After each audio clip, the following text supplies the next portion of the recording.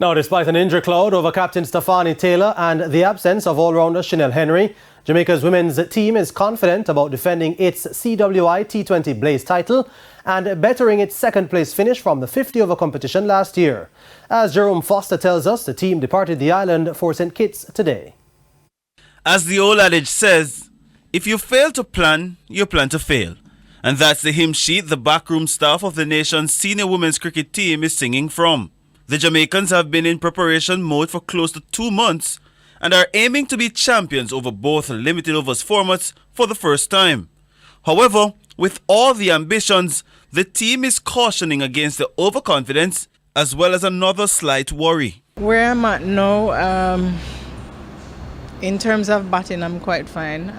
In the field, it wouldn't, but I still have to be mindful of probably where I feel, so I don't have to move a lot to aggravate it much.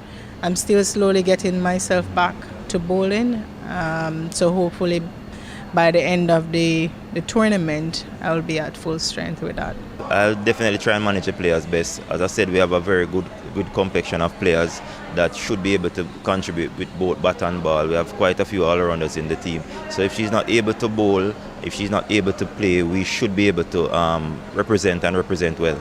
While captain Stefani Taylor is close to full fitness, they will be without chief all-rounder Chanel Henry. Chanel cannot be replaced. Experienced player, very skilled player with both bat and ball, spirited in the field. She can't be replaced, but we have been planning without her, and we, as I said, the selectors has come up with the best combination. So the combination that we have is, I believe, is enough to get good representation for the country. Henry's absence provides another opportunity for other players who will have to shoulder additional responsibilities.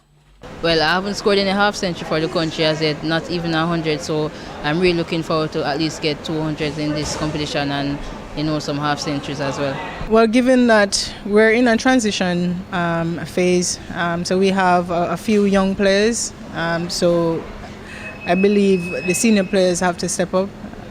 We have senior players from, has been there for a while. There are 2 newcomers in the squad with West Indies under-19 representative Lena Scott and invitee Kate Wilmot. The Jamaicans open against the Leeward Islands at the St. Paul Sports Complex in Basseterre, St. Kitts on Monday in the 50-over competition.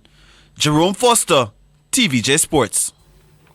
Meanwhile, former West Indies captain Stefani Taylor says there is no definitive timeline as to when she'll walk away from the sport.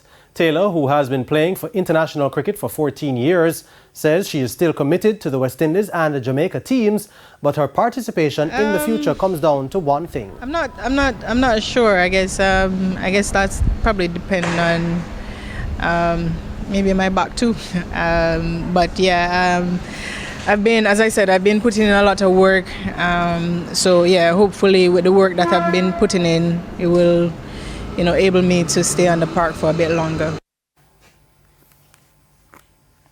Now, native-bred 3-year-old fillies will have their last major warm-up for the Classics when 13 go to the post on Saturday in the second running of the Portmore race over 7.5 furlongs at Caymanas Park. The graded stakes contest carries a purse of $3 million.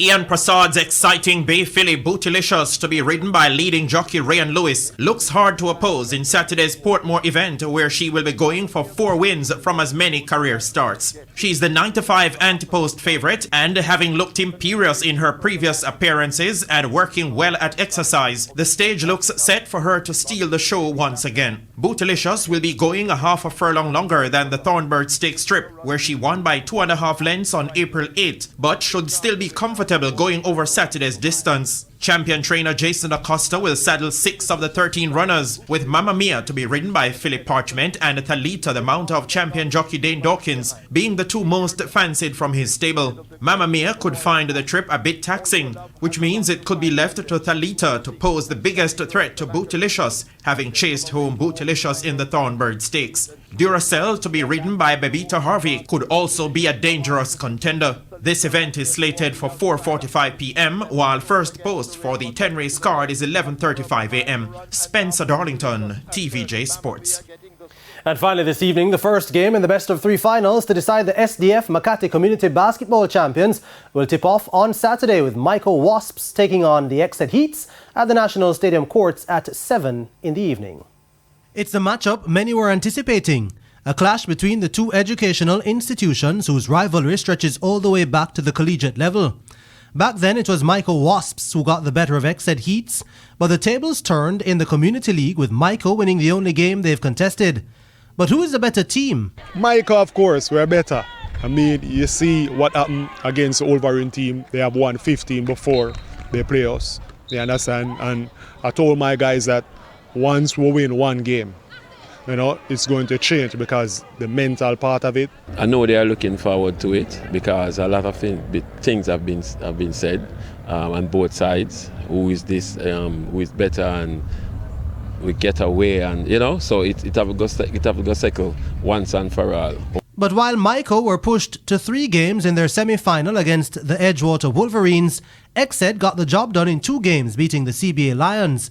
And coach Rowan Robinson is banking on rest to play a key role. It gave us an advantage.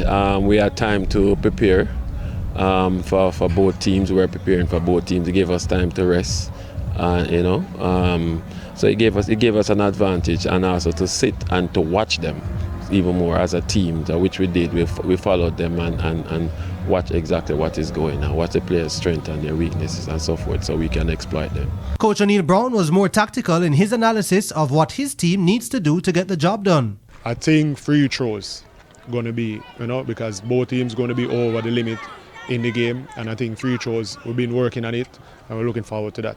Game 2 will also be played at the same venue.